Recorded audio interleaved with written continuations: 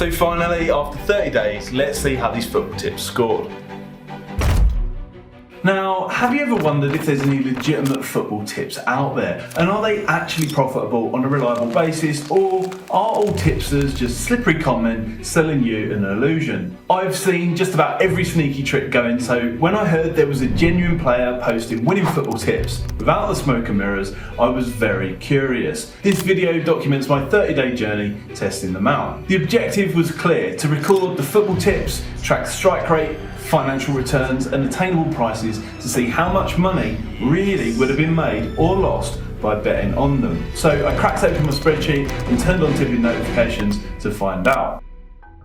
Now, keeping accurate records was going to be absolutely crucial here, so I started off by putting the tip into the spreadsheet every morning along with its available prices at that point in time, and then updating the outcome the morning after. The reason I did this is because there's three main problems surrounding football tipsters that you need to be aware of. The first one is historical records. In most cases, they deliberately avoid keeping records, but of those that do, it's also known that many of them will go back and change the date, the time, price, or even delete old bets that didn't win. The second problem being that tipsters have been known to pick standout prices that are not actually attainable, which enhances their betting record over the longer term, meaning that they look like they're profitable when actually they're not. For those unaware, a standout price is when one sportsbook has made a mistake, listing the price far bigger than everybody else. The third problem is quite similar to the second, because a lot of profitable football tips are usually on low-level exotic leagues where you can't actually get the bets on at the prices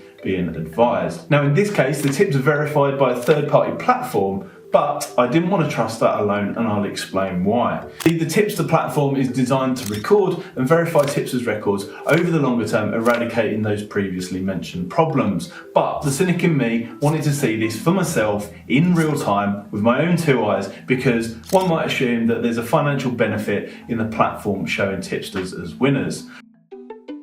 Now, I've got to be honest here, by day 3, the results were not what I'd hoped for at the start of this challenge. You can see there'd been a total of 28 tips placed on a range of different games and teams from the Premier League down to League One. Every bet had been on the win or draw element of the main win market, leaving the first 3 days of football tips in a total net position of minus £59 to the advised betting prices, although the prices that I'd recorded within my Excel spreadsheet were a touch different, leaving me in a position of minus £60.80. Now, halfway through the challenge, I did a little bit of research and I actually noticed that Tipster recently made an update which stopped their tipsters from picking standout prices in an attempt to make the results and leaderboards more reliable. So that could be why it happened.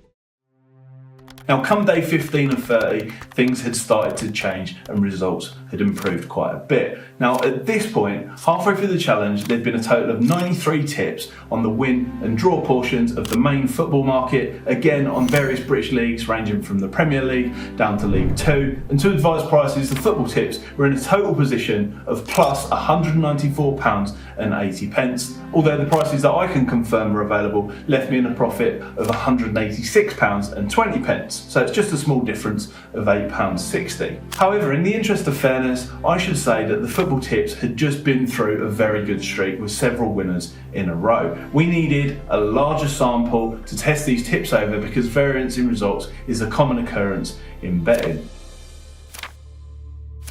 Whatever happens, there's rarely an even distribution of wins. Some tipping services exploit this uneven distribution by pushing out notifications and reminders that blow their own trumpet after they've had a winner. Although, if you look, they're deadly silent when they're on a losing streak. It's a shame, but even the largest betting sites do it. However, in this instance, it wasn't the case. I got a notification from Tipster as the tip was released every single day, regardless of the previous day's result. Now, before we get stuck into the full 30 days results and all the numbers, I want to give both AGF and Tipster full credit here, because they're providing daily tips at prices that are actually attainable over an extended period of time, instead of creating an illusion just to sell more subscriptions and benefit their own pockets. I also noticed the Tipster platform have recently added a BSP function, so their betting tips could be measured against the Betfair starting price for horse racing, again something that you'd never see on the larger platforms.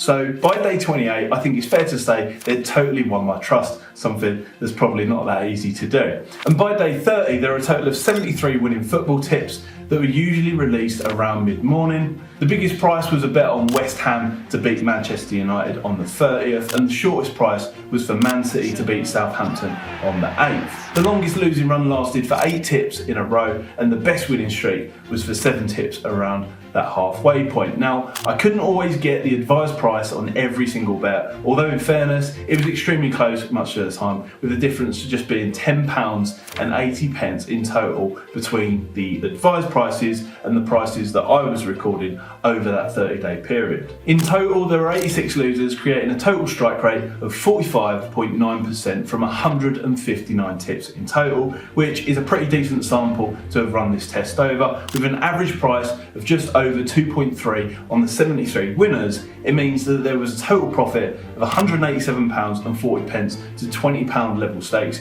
if you'd got the advised prices. And if you'd taken the prices that I recorded, you would have had a slightly lower profit of £176.60, meaning that AGF did have a marginal edge over that 30-day period. Now, I'm not sure exactly how, but my conclusion here is that AGF selections criteria relies on picking value bets, just like I did in this previous challenge here in the end screen, where you see I beat the bookies for charity. If you haven't seen it, it shouldn't be missed. It's a great one. Check it out and don't forget to subscribe. I'll see you guys next time.